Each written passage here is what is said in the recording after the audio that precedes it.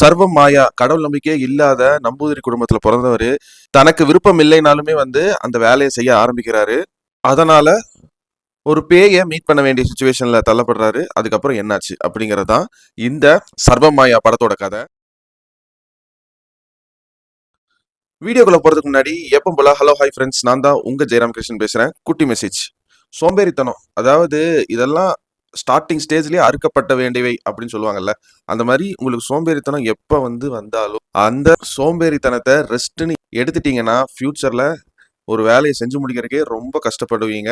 So அது ஆரம்பத்திலேயே சோம்பேறித்தனமா இருந்தாலும் அது அப்படியே ஓவர் கம் பண்ணி செஞ்சு முடிக்க வேண்டிய வேலையை அப்பவே கரண்ட் டைம்ல செஞ்சு முடிங்க. அப்பதான் அந்த சோம்பேறித்தனம் அப்படிங்கிற தாட்டே உங்களுக்கு வராது.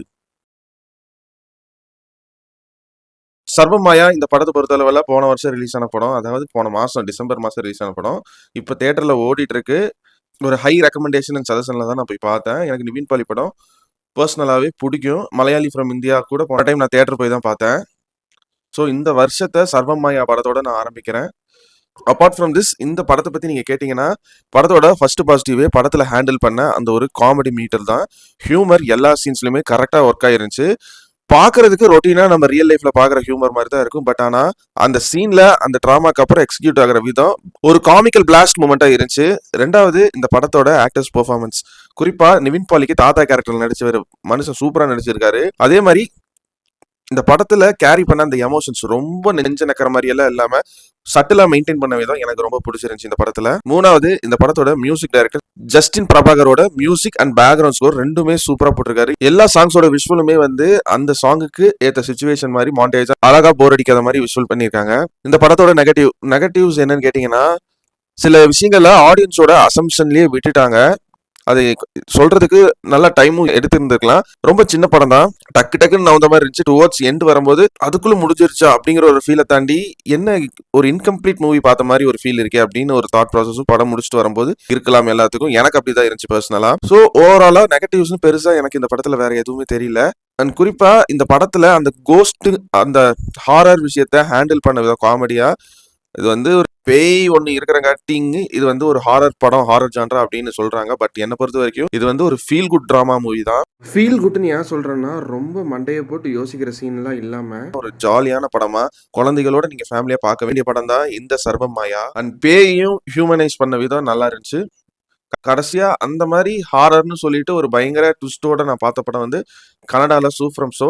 அந்த வரிசையில ஒரு நல்ல அட்டம்ப்ட்னு சொல்லலாம் இந்த சர்வம் மாயா படம். ஃபீல் குட்னு ஏன் சொல்றேன்னா, ரொம்ப மண்டைய போட்டு யோசிக்கிற சீன்லாம் இல்லாம ஒரு ஜாலியான படமா குழந்தைகளோட நீங்க ஃபேமிலியா பார்க்க வேண்டிய படம் தான் இந்த சர்வம் மாயா.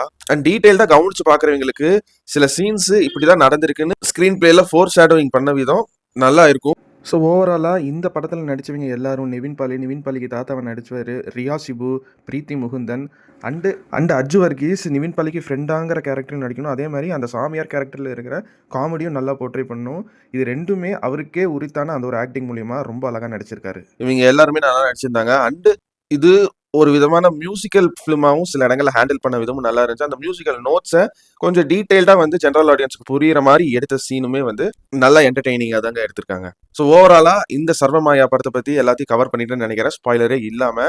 அண்ட் இந்த சர்வம் மாயா படத்துக்கு என்னோட ரேட்டிங் என்னன்னு கேட்டீங்கன்னா 100க்கு ஒரு 85 மார்க்ஸ் தருவாங்க. Sarvam Maya, the ghost magic will work when you watch it. And இந்த படத்தை தியேட்டர்ல மிஸ் பண்ணிடாதீங்க. இன்னும் தியேட்டர்ல ஓடிட்டு தான் இருக்கு. ஒரு நல்ல வாட்சாவே இருக்கும். மலையாளத்துல மட்டும் தான் ரிலீஸ் பண்ணிருக்காங்க. சப்டைட்டில்ஸ்ல பார்த்தாலும் பார்க்கலினாலுமே சீன்ஸ் உங்களுக்கு புரியும்.